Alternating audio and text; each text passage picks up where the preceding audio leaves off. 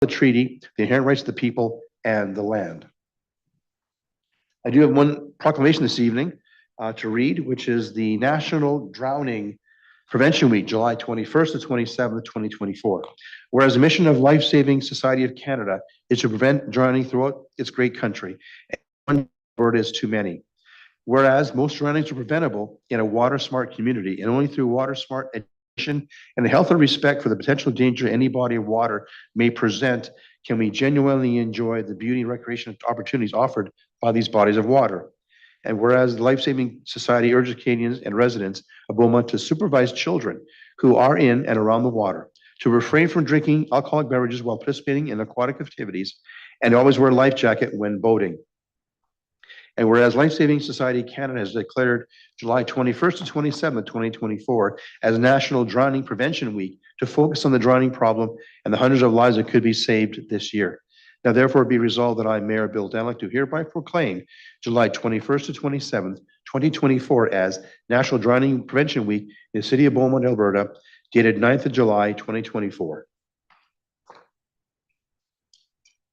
Madam Clerk, any changes to the agenda this evening? Yes, Mayor, we have one addition to the agenda. Item 12.2, Joint High School and Township 505 Project Update, Closed Session Verbal Report. Thank you. Madam Clerk, we put the agenda on the screen, please. And then we'll have a motion to adopt the agenda.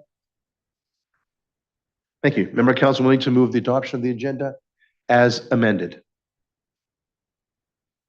Councilor Newkirk, you have the floor. Thank you, Mayor. I would move that the July 9th, 2024 Council agenda be adopted with the following addition. Item 12.2, Joint High School and Township 505 Project Update, Closed Session Verbal Report. Thank you. Thank you, Councilor. Discussion on the motion? See none. Council, I'll ask you to vote on the agenda. Oh, hang on 1 second. Sorry. I've got to get the voting going. Councilor Penrod, how do you vote? In favor, Your Mayor. In favor, Mayor, Your Honor. It's one of those days. It's a good one. I appreciate that. We have carried unanimously 6-0 on that. I should mention that Councillor Munkoff-Swain is away on a work obligation. Won't be joining us this evening at all. And Councillor Penrod is actually joining us remotely this evening. Otherwise, we do have 6 of our 7 councillors in attendance. Thank you. Next on our agenda is open forum. Madam Clerk, I believe no open forum guests this evening. Is that correct? That's correct, Mayor. Thank you. Madam Clerk, would you please put the consent agenda on the screen, please?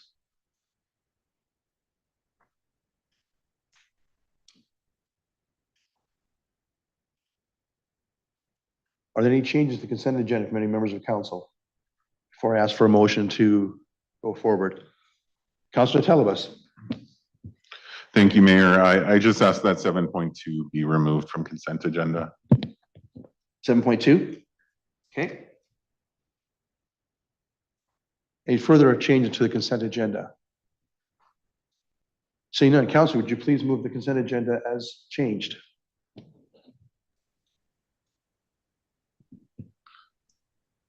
Actually, Madam Clerk, do you want to just read through the, sorry. Yeah. We'll have Madam Clerk read through the consent agenda, and then we'll have Councilor Telebas move the consent agenda. That council consent to approve the following agenda items without debate. Regular council meeting minutes, that council accept the minutes of the June 25th, 2024 regular council meeting as presented. That administration continue to negotiate with regional partners regarding cost sharing opportunities regarding option 3 set out in the sub-regional transit report and report back to council by end of the first quarter of 2024. The original due date was March 26, 2024. The revised due date will be September 10th, 2024. 7.5 tax recovery process, that the parcels as set out in attachment 1 of the July 9th, 2024 tax recovery process report be approved for sale at a public auction to be scheduled on September 10th, 2024, pursuant to Division 8 of the Municipal Government Act. That a reserve bid as close as reasonably possible to the market value of the respective parcels be approved, and that the conditions on the public auction as set out in attachment 2 of the July 9th, 2024 tax recovery process report be approved. Item 8.1, bylaw 1057-24, general appeals committee bylaw first, second, and third reading, that bylaw 1057-24-2024 General Appeals Committee bylaw, a bylaw to establish a general appeals committee be given first reading, that bylaw 1057-24 be given second reading, that bylaw 1057-24 be considered for third reading, and that bylaw 1057-24 be given third reading. Thank you. Councilor, are you willing to move the adoption of the consent agenda as circulated? Absolutely. Thank you, Mayor. I move that the amended consent agenda be accepted as read. Thank you, Councilor. Discussion on the motion. Seeing none, Council, would you please vote on the revised consent agenda? Councilor Penrod, how do you vote? In favor. Thank you, Councilor. That carries unanimously, 6-0 in favor of consent agenda. Thank you. Next on our agenda is right into our presentations. Sorry, pardon me, Madam Clerk.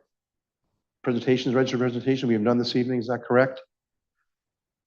That's correct. There are no registered presentations. Thank you. Next on our agenda is business items. 7.1, opportunities and options for off-site levy facilities. Mr. Wong, I believe you're presenting. Let me find a mic there for you. Give me 1 second. You're at the back of the room there. So which one is it?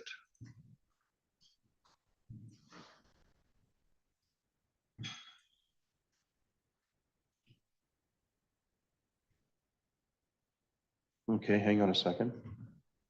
This is being, oh, your microphone is now on, sir. Yep. Please proceed whenever you're ready. Yes, good evening, Mayor and members of council. Tonight, I'm here to present the council motions made on November 29th, 2023. And we are asked to prepare a report on the opportunities and options for addressing transit, fire, police, recreation costs through off-site levies. Before I go into this, answering this motion, actually the report presented what the off-site levy is and how it is governed by the Municipal Government Act and the off-site levy regulations. So basically, to summarize, the Municipal Government Act through sections 648 to 648.4 summarizes and provides direction on how the city would provide and levy the off-site levies. And 648.2 and 2.1 actually provides the municipalities on what kind of infrastructures and facilities a municipality will be able to levy. And in summary, they are arterial roads, storm and sanitary sewers, water, transportation infrastructure, community recreation facilities, fire hall, police station facilities, and libraries. The regulations also summarize on how each infrastructure and facilities, how we define the benefit areas, how the benefit area would be calculated, and how the consultation with the affected developers and stakeholders, for example, landowners, which the land has not been sold to developers, and how the off-site levy bylaw will be appealed later on. So basically, the legislation is very clear on and very restricted to how municipality will be able to develop that.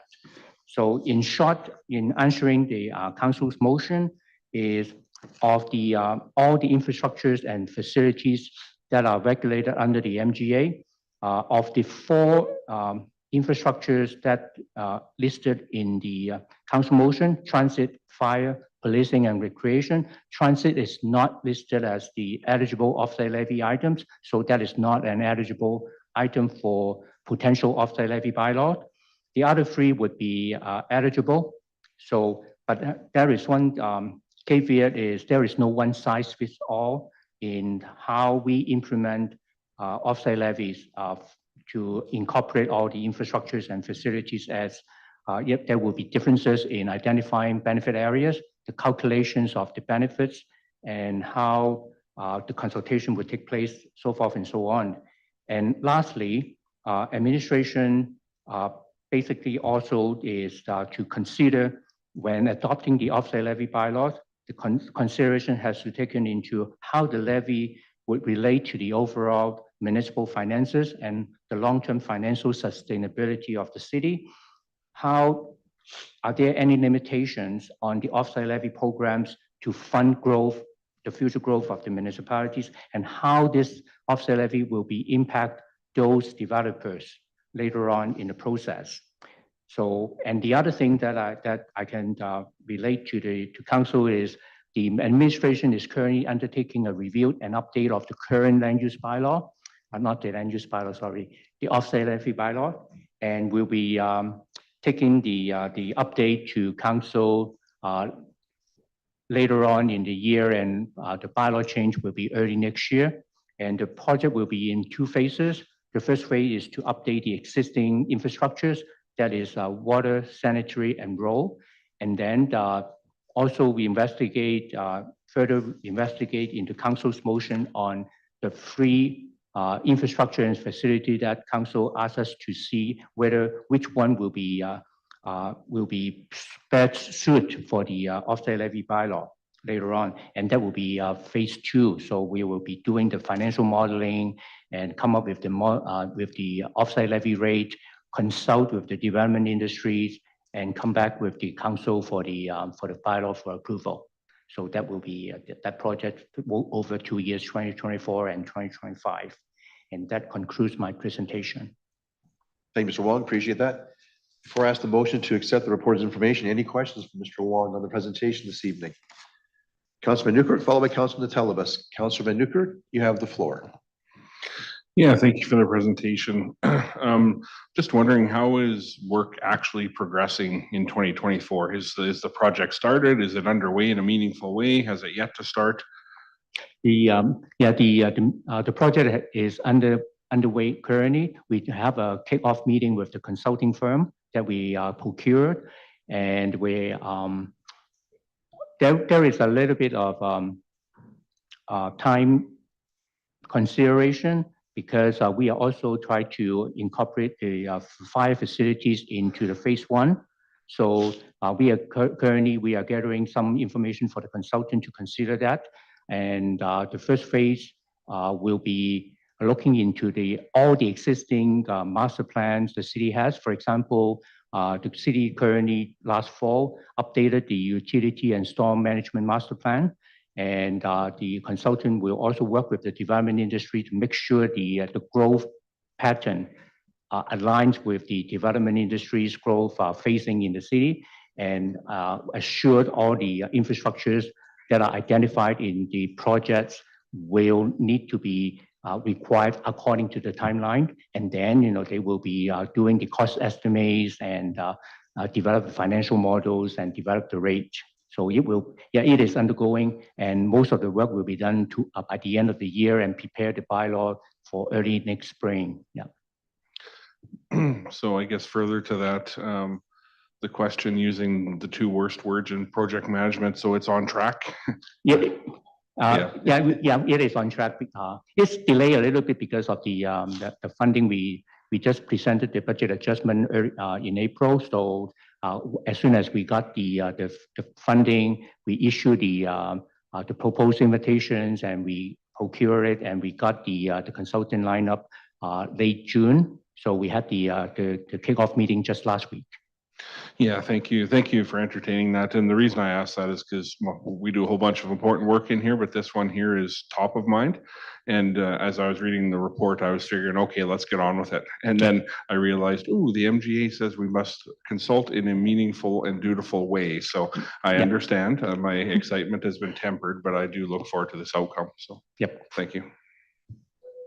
Thank you, Councillor. Appreciate that. Councillor Telebus, followed by Councillor McCook. Councillor, you have the floor. Perfect. Thank you, Mr. Wong, for the report there.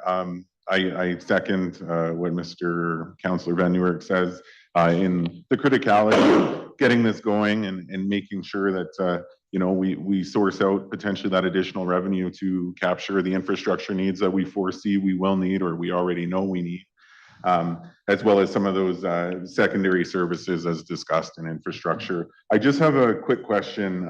I see a couple things missing in the phase 2, perhaps just not mentioned. But there is the potential to capture both library and rec center or recreation facilities in the tax levy. And I don't see that noted in phase two. Is there a reason for that? It is sort of captured, the last paragraph, phase two of the project will add soft infrastructure, and the soft infrastructures refers to those libraries, police stations, fire halls, and the, what is the other one? Recreation, fire hall, police, and libraries, the four things, yeah. So they are the soft infrastructures that will be in phase two. Perfect. I just see reference to two of the four, so I just want to make sure that all four are captured within that phase two. Okay. Thank you. Thank you, Councillor. Appreciate that. Councillor Cook, you have the floor. Thank you, and appreciate the update. Some of my questions may be premature, so just tell me to wait if that's the case. What are some of the criteria that will be used to determine the inclusion of the fire and police facilities into the program for phase two? Still to be determined? To be determined, and mostly it is the how we define the benefit first. So the criteria will be how we define the benefits. For example, for fire, I believe it would be the response time that we have to, and then draw the whether it's a circle or irregular pattern. So basically, it's the response time, and then separate it with the greenfield areas and the developed area, because the charge may not apply to the developed areas, and work with the development industry to make sure they are acceptable to that, because to minimize the possibility of an appeal later on. Yeah. Okay, perfect. Thank you. And then, do we yet know kind of how the proposed updates or the updates that will come to the offsite levy program will impact kind of our overall finances and long-term sustainability, or at what point will this kind of be made clear? It will be part of the consultant's recommendations to us. Yeah. Okay. And then how do offsite levies impact housing affordability? Do they? I think it can be an indirect approach, because whatever the levy imposed to the developer, the cost will be transferred to the ultimate home buyers, right? Mm-hmm. And even the aftermarket, the secondary market too, because when the first homeowners sell the home, they want to recoup their basically the cost. So that will be transferred to the homeowners perpetuity. So in a sense, yes, it is, but there is a development cost, whether it is through offset levies or any other development charge later on. So one way or the other, it will be transferred to the homeowners anyway. Right. And is there any way to limit this impact?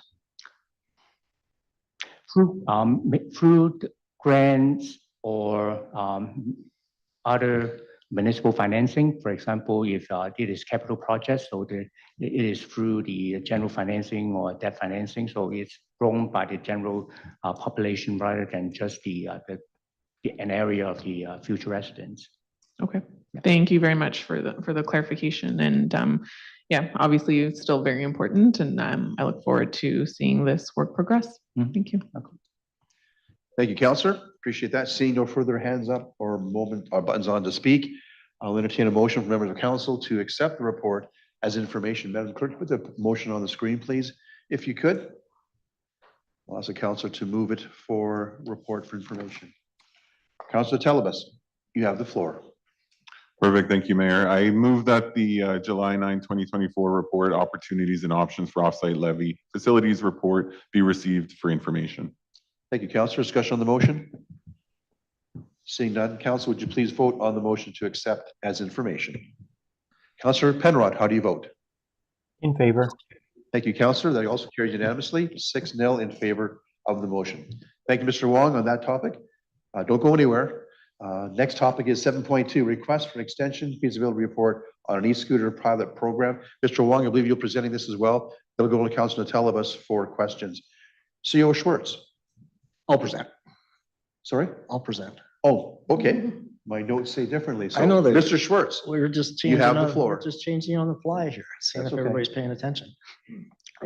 So this project is actually moving along quite well. We've reached out to several municipalities that have the program in place. what we're finding is the amount of information that we've been gathering, the necessity to implement the correct bylaws, make sure we have oversight in place so that the transfer of risk is to the provider. And the impacts to operations were inconclusive at this point in time. So we're getting good data, but we just are not ready to present those to council to make a decision. So what we're looking for is a little bit more time. So, and we believe we will be ready for a recommendation of a pilot project, likely for 2 years, that'll begin in the spring of 2025. But we didn't want to bring an incomplete report to council, and staff, quite frankly, are pretty excited about this one. I think they're planning races and a whole bunch of different things for next summer. So, but we want to make sure we get it right. And there's a number of things that have to fall into place, including the bylaws and the oversight. So that's why we're asking for the extension. We just wouldn't be ready for this year. Thanks for your assurance, Councilor Telebas. I'll come to you for a question or concern you may have at this time. Your mic's on. Perfect, thank you. Thank you for the response there. That's basically what I was looking for. This is obviously something that the community would love to enjoy on days like today. So I was just hoping for better news than the news provided, but the news provided is reasonable, and I appreciate that. So hoping you are correct and that this is something that we can pilot early next year. So appreciate it. The bit of a challenge we have is that the folks that are working on that are the planning and operations folks that are going full out right now too. But like I said, there's a lot of positive energy, and Johannes can acknowledge that, and Aaron, that towards this pilot. So just want to do it right. Thank you, CEO Schwartz. Thank you, Councilor. Looking for a motion then to adopt the request for an extension. Do we have a motion for that? Madam Clerk, on the screen, if you could, please.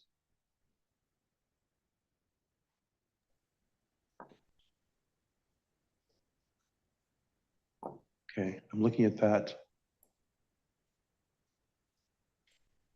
Sorry, is that the one we need requesting the extension? Because it is second quarter 24. Madam Clerk, please. Did I miss something? No, that's correct. That is the motion. So the revised due date would be September 10th, 2024. Okay, sorry, I was looking at motion itself. I see what you're saying, revised date. So I'm going to move then the whole thing that's on the screen, rather than saying the whole thing, is simply saying requested revised due date September 10th of 2024. Discussion on the motion to extend the feasibility report until September 10th of 2024. Discussion on the motion? Seeing none, Council, would you please vote on the motion to extend to September 10th of 2024? Councilor Penrod, how do you vote? In favor. Thank you, Councilor. That also carries unanimously, 6-0 in favor of the extension of the report to September 10th of 2024. Thank you.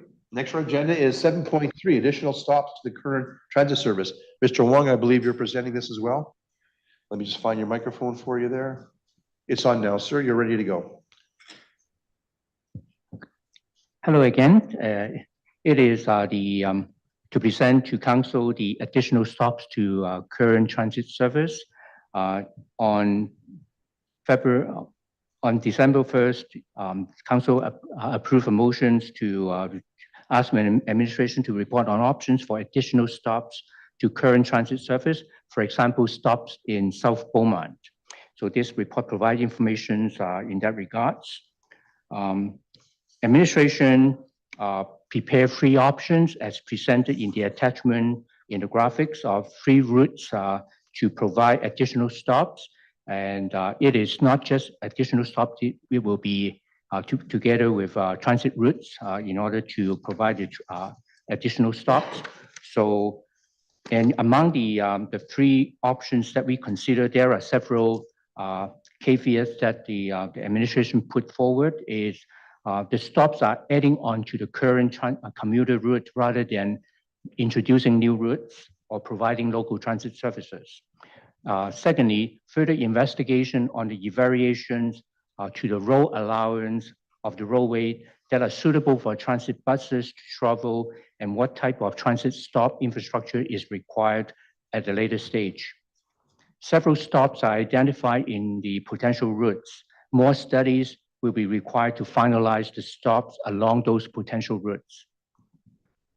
And lastly, additional travel time on these options are only estimates as we just drove through and time the additional time that takes to complete the routes.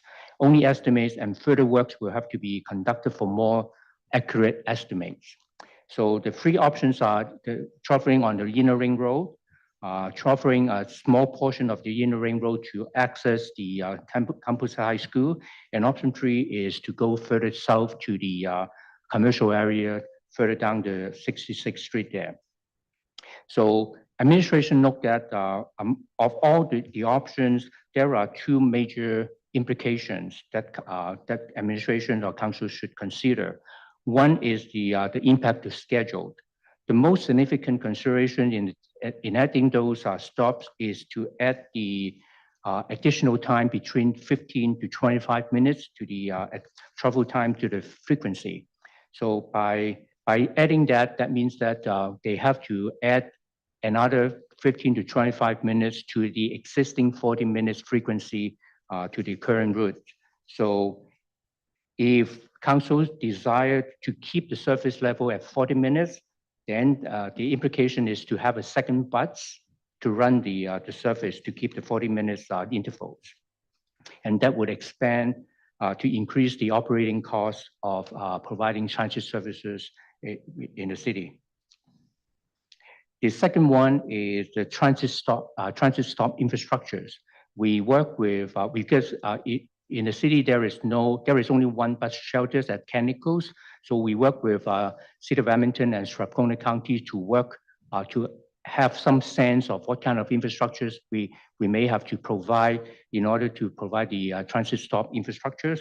So it varies between just like a metal pole to a complete shattered glass, bus shelter, and auxiliary infrastructure such as garbage receptacle and a bench, those things. And also depending on the location, you may have to upgrade the sidewalk. And sometimes because of the grading, you need to do the retaining wall just to make sure the safety of the transit riders later on. So with the information that the administration collected, administration actually does not recommend implementing additional transit stops as presented in these options because first of all, we may have to, if council desires to keep the current 40 minutes frequency, then it is necessary to add another bus to the operating schedule, and that will increase the transit budget. However, if council desire to pursue additional stops, the motion that is prepared in the council report is to pick a motion and also the frequency of the schedule, and then administration will continue to work for better costing and time estimates and present back to City Council for budget deliberations. Another alternative is to consider whether it is worthwhile to go back to investigate bus on demand or even work with the Q Transit to work on some other transit options for us. That concludes my presentation. Thank you, Mr. Wong. Appreciate that. This time, open up to members of council for any questions they may have on the report as presented. Councilor McCook, you have the floor first. Thank you, Mr. Wong, for the report. I think it's definitely important to review this because as our city grows, I think it's becoming kind of unfeasible for people to the south to be able to really use the transit service. And we have a lot of, daycares and different businesses to the south that I think could be really accessible for people. So I think adding a second stop is important. However, I definitely see the kind of roadblocks and things in place here. Are there any measures we can take to kind of mitigate some of the impact on schedule reliability if new stops are added in the future? It depends, because depending on how we plan the routes, because the stop, we don't just put the stop, we plan on the transit routes.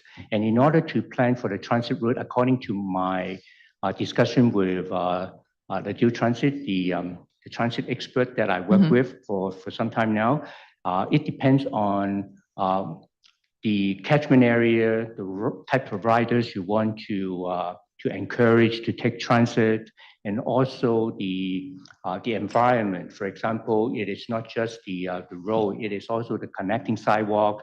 Whether it is convenient for the residents to actually walk a short distance to the bus stop, so forth and so on. So it is not just planning on the stop. It is to start. It is planning the route.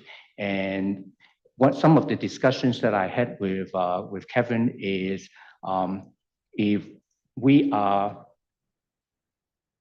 because of the additional time that we put on just one route, and also, for example, if we have to add another bus, so basically it may not necessarily be doubling the operating cost, but you will definitely add the another drivers, another bus on the road, the time and maintenance and everything. So that is why he mentioned that your council may want to revisit the bus on demand, because bus on demand is actually cover the whole city. Yeah. So that is some of the conversation I had with him. Yeah. Yeah, that certainly potentially seems to make a little bit more sense. As you said, as it would reach the east and the west as well, and not just kind of north-south. And then what specific requirements do we have to have for kind of the installation of new stops? So the bus shelter and all that stuff. My conversation with City of Edmonton and Strathcona County, they mentioned that for the shelter, it is usually designed for frequent and more riders to use the stop. For example, if the stop is just for people that are get off the bus and walk home, you don't need a stop. You don't need the shelter. So you just need the bus stop to show people that there is a stop. But for people that are taking the bus to go somewhere and they need to wait for the bus, then you may want to consider the shelter there. So it depends on the routes and how you design the routes too. Okay, thank you for the clarity. I think, you know, unfortunately, it probably makes more sense to kind of wait for a ridership to kind of kick up a little bit and see where this takes us. And there's always more implications than we think there are when we have to consider these things. So I appreciate the report coming back and laying this all out, and it gives us some things to think about. So thank you. Thank you, Councillor. Appreciate that. I've got Councillor Penrod, followed by Councillor Newkirk, followed by Councillor Telebus. Councillor Penrod, you have the floor. Thank you, Mayor Daniluk, and thank you, Mr. Wong, for your presentation. Can you hear me okay? Yeah, you're good. Beautiful. Again, thank you for your work, and I just want to send a shout out to Leduc. I'm not sure how essential their partnership has been in this particular request, but I know that our regional partners have been essential to us getting our transit services up and running, and so really appreciate that collaborative work and all the work that our administration has done with theirs to pull data together. 3 questions for you tonight. One is, I just want to take a step back and clarify. I think there are some questions around what our options are for the rolling stock that we're using for our transit currently. And the reason that I'm asking this question here is triggered by your comment about we actually need to make sure that these routes would actually, the roads that they're planned for or suggested for, would actually be rated for the weight of buses.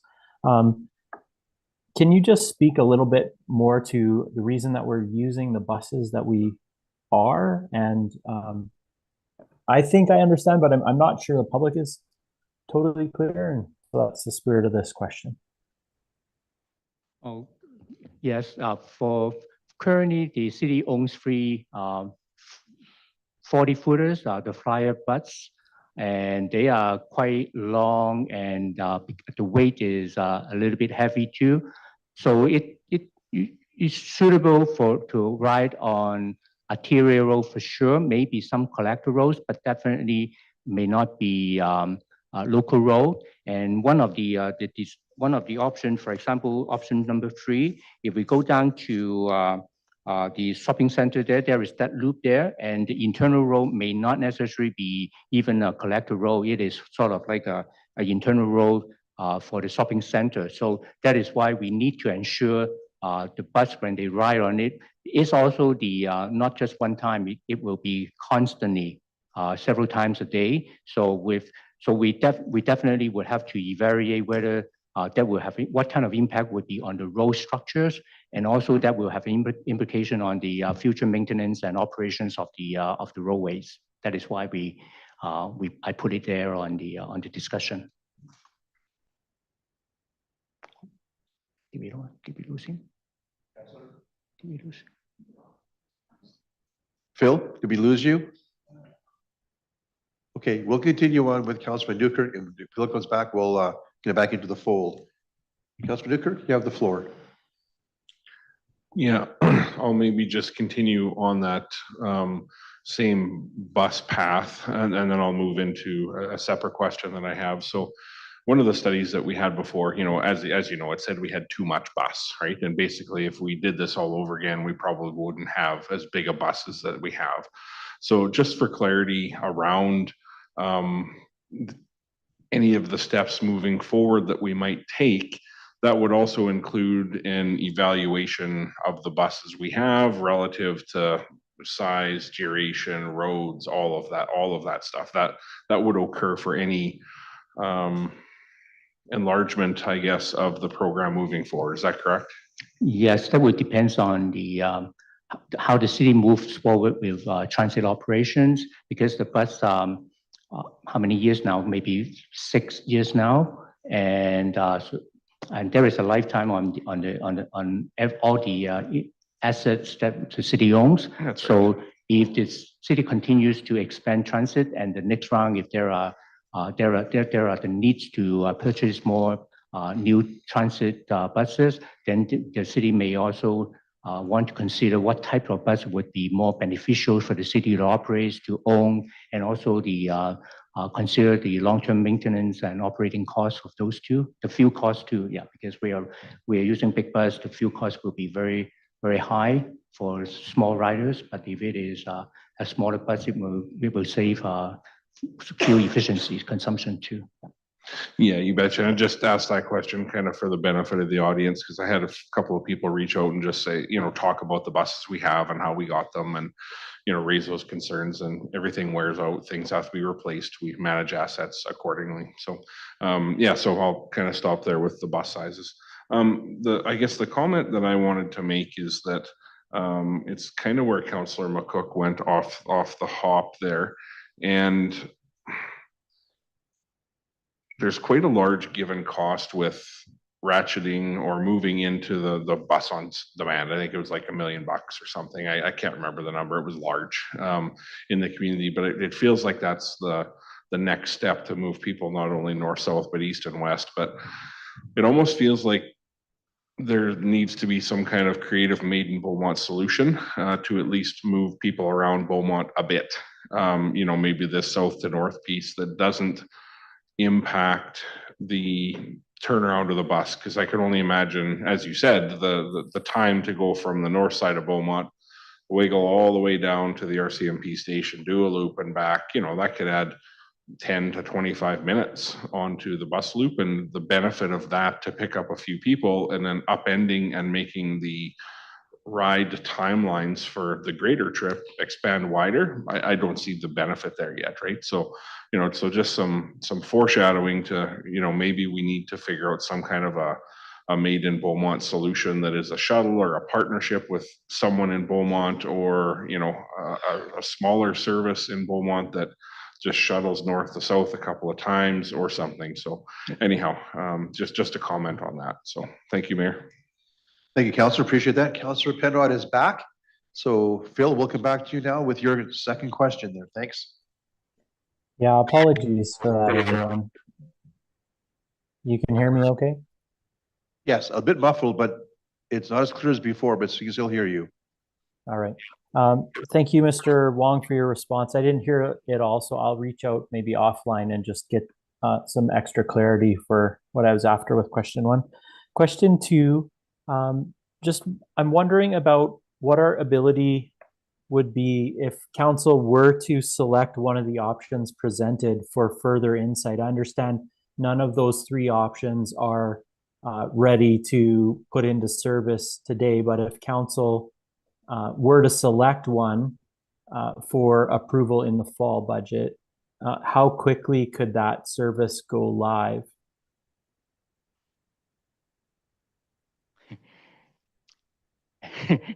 Yeah, it's a planner answer. It depends. I think I don't want to put too much pressure on myself. I would say sometime next year, maybe September. Okay, that's helpful. I think the comment has been given before at council, and I'll just give it again, that it seems to me that we'll do best for our citizens as a service if we can actually time our plans to coincide with the beginning of a new semester. So that maybe being the beginning of September or the beginning of January. I know when people that work in the city or study in the city are planning, making their plans, they don't necessarily do them week by week, but rather kind of semester by semester or month to month or block to block kind of thing. So that's just the spirit of those questions. I'm intrigued in the report by the. Penrod, hang on a second, Councilor Yep, Penrod. yep. Schwartz wants to jump in. CEO Schwartz wants to jump in at this point. I just wanted to add and remind council, and Mr. Wong knows much more detail. We are continuing to work with the city of Leduc and the Leduc Regional Transit and Leduc County. We're also continuing to work with our regional partners at Solutions, and things we have talked about is bus sizes. You know, we've got these monstrous 45 packs that can't get around their inner ring road, but somebody's got something and needs a 45 pack. There could be some opportunities. So that work is continuing, and Mr. Wong is deep into that as well. So I think there's going to be more solutions that are going to be presented to us. I think sub-regional, the next one is September-ish, we're coming back. So it'll just give us more things to pick and choose from. Thank you. Councilor Penrod, your third question. Yeah, thank you, CEO Schwartz. That really clarifies for me. You know, as far as the decision tonight, I would be leaning towards moving, receiving this report for information. Given the information that's in front of us so far and the timing of when it could possibly be rolled out, I think I'm a lot more interested in the mention in the report of looking at on-demand options to meet our more local transit service needs. And so I look forward to that information coming forward. I believe that's planning to come forward for budget. Is that true? I believe if the council wants the administrations to investigate or take a look at the bus on demand, council can ask administration to come back for, I don't know, the maybe Curtis, the director of finance here, may be able to give a little bit clear answer. But my suspicion is to ask us to provide an unfunded request at the budget. Yeah.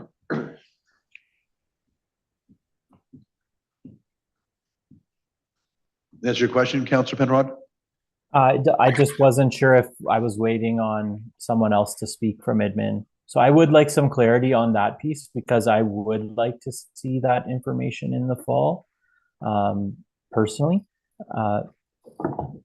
But the piece to clarify, I guess, is that actually included under the work that we just extended on the consent agenda regarding option 3 in the regional transit?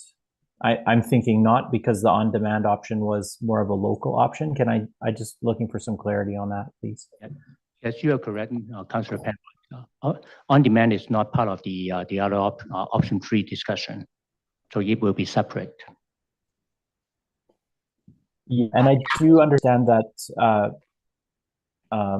that we did see a costing for on-demand in budget 2024 that was not approved. I just assume, I would assume, maybe I shouldn't do that.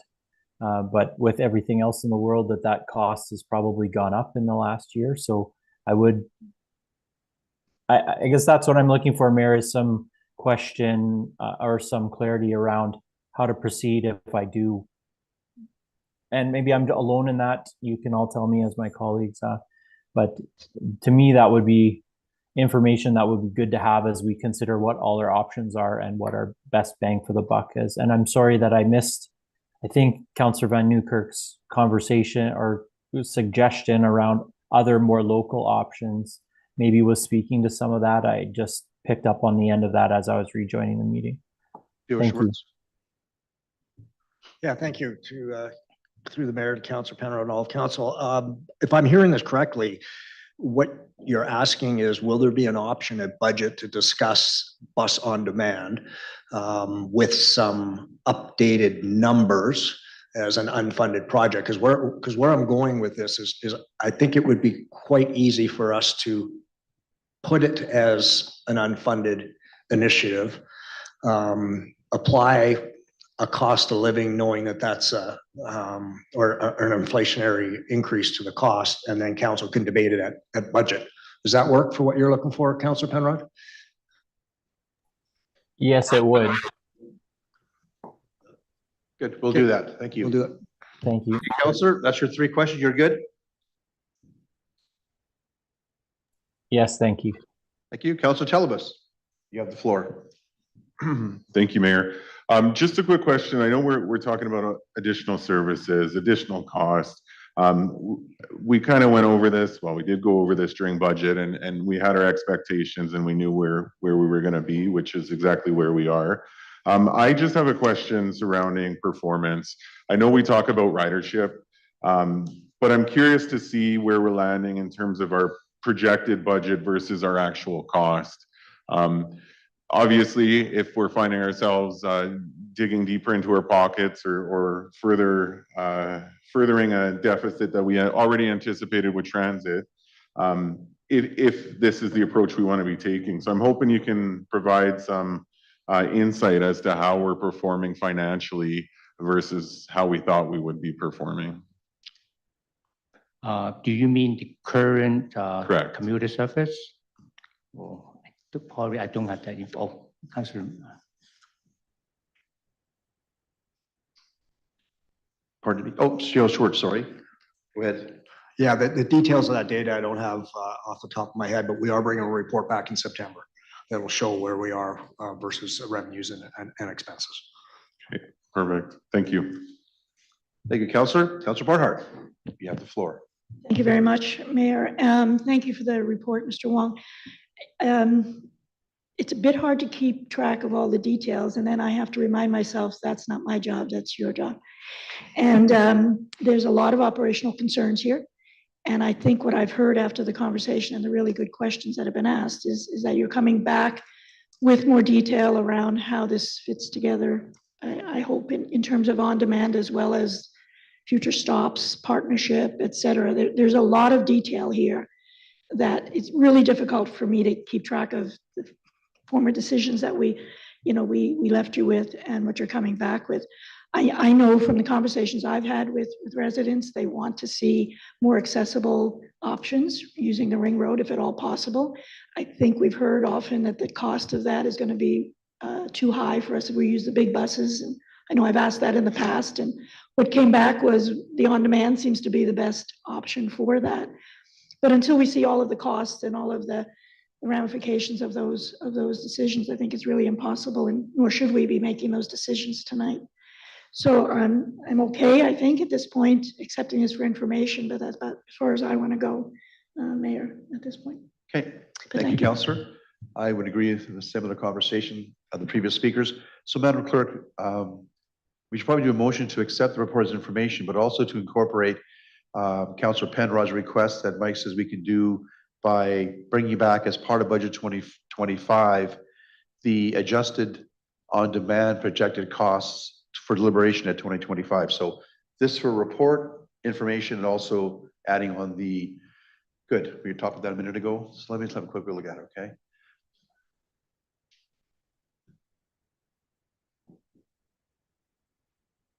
That looks correct to me. Councillor Penrod, you had the suggestion, so if you're okay with what you see on the screen, I'll have you move the motion as you see it, please.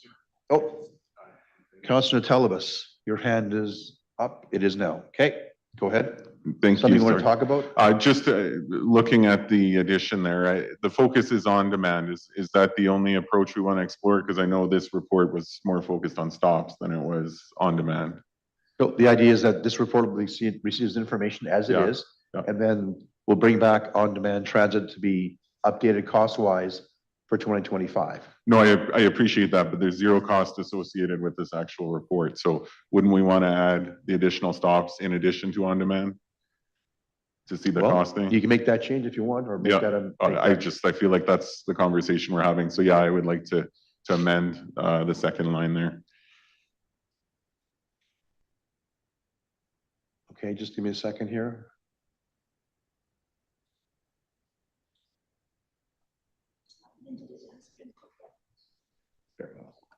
Yeah, I'm just want to make sure. We're going to take a 5-minute recess. And I'm going to talk to administration and make sure we carve this, not carve it, make sure we draft it correctly. We'll be back in 5 minutes. We'll just fill the life. I do have one proclamation this evening to read. See nobody wants to speak? Okay, council, I'll ask you to vote on the motion before you on the screen. Councillor Penrod, how do you vote? In favor? Thank you, Councillor. The motion carries unanimously, 6-0 in favor of the motion. There's a second motion on the screen arising from our discussion moments ago on this report. Councillor Penrod, you had mentioned the idea, so I'll ask you to make this motion as well, please. Thank you, Mayor. I move that the costs associated with on-demand transit as an unfunded initiative be included as part of the 2025 budget deliberations. Thank you, Councillor. Discussion on the motion. Many members of council. Councillor Telebas, you have the floor. Perfect. Thank you. I guess a question to administration, just for clarity. Obviously, this is one line item of transit and something that we're exploring, the on-demand, but we've discussed other options like working with our regional partners, potentially pairing up.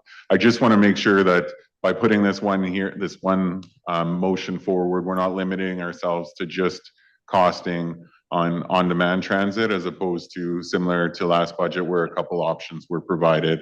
Obviously, we want to look at the most feasible option, and just going with one might not necessarily provide that. So, CEO Schwartz. Yeah, I'll confirm, as I said earlier, that we are looking at sub-regional and regional solutions and any others that'll come our way.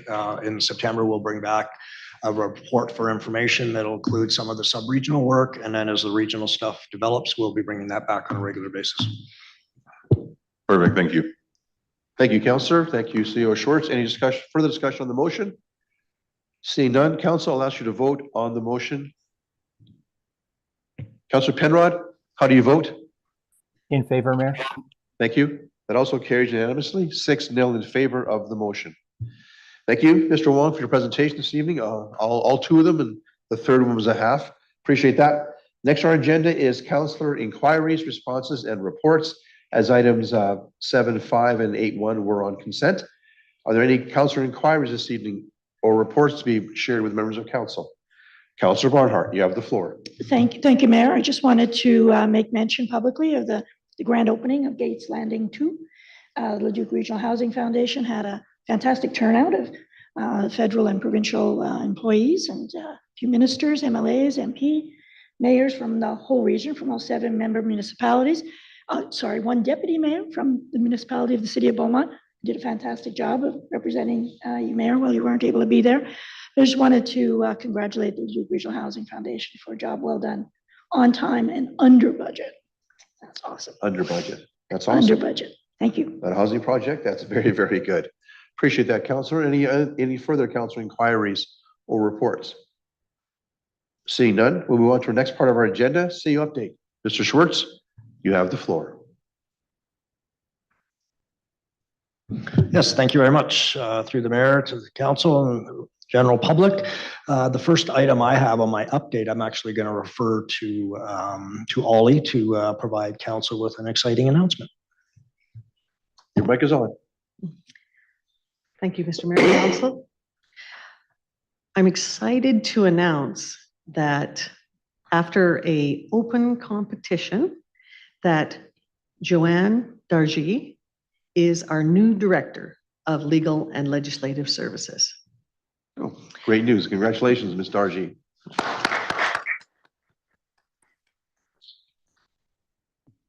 Welcome. We'll take it easy on you for tonight, but darn live feed, you know. Mr. Schwartz, continue, please. We're talking with Joanne this afternoon and the way things unwound for tonight's meeting. Shane had to leave like literally last minute. Shine was working remotely, dealing with a family issue, and all the words that came out of Joanne's mouth was, well, baptism by fire. So she's not only the director, she's the clerk, and she's the admin, and Shima thankfully is taking notes from Ontario, so we appreciate that. And she's been cool as a cucumber, I might add, although back here, I'm sure she's screaming inside. All right, back to the update. So over the next couple of days, obviously, the weather is very extreme. So we just want to, urge people to take care of themselves, take care of their pets, make sure you get lots of fluids in you, lots of water. Stay indoors where possible. So it is smoking out there, and it sounds like there could be the possibilities of some bad storms tomorrow. Some of the posts I saw storms that we haven't seen before. So please be careful. Community services. Summer in the Park kicked off last week. Busiest day, had 46 kids. This is a free program for kids that are under 13. For the full schedule and programs, have a look at beaumont.ab.ca823, our website. The Canada Day celebrations were a smashing success. It was packed down there. A lot of people attending, a lot of people involved. So I want to thank the community groups, staff, and all those people that are involved in planning. The summer camp started this week. There are still some openings, and that's very rare. I'm not sure how many, but there apparently are some. The Blue Jays Academy All-Girls Clinic starts this Thursday, July 11th, 3 till 6 p.m. at the Blue Jays Diamond, which is Diamond number 5 in the West Aggies. There will be approximately 100 athletes from all over Alberta in attendance. So they're going to be smoking in that sun. They're taught by the Blue Jays Academy instructors, so it's a pretty big deal for all these kids. So we're really happy to have them in our community. The 15 instructors there, they're registered, experienced coaches teaching baseball to our youth girls. It's a nationally advertised event, and it will be shared through various media channels. So we will, as you can see on the ad there, we'll be helping to put Beaumont on the map. Planning and development is going absolutely crazy still. They're sending some members to the Canadian Institute of Planners, Professional Planning Institute Conference, which is taking place in Edmonton. So that'll be this week. This combines a lot of professional planning, education, research, and a great networking opportunity. Also gets us to show off some of the amazing things that we do and to learn from our colleagues and some of the amazing things they do. We also attended a trade show June 6th to 9th to promote our housing site selector tool. It's received lots of compliments and peers across the nation, actually. So the official launch is later in July on the 24th.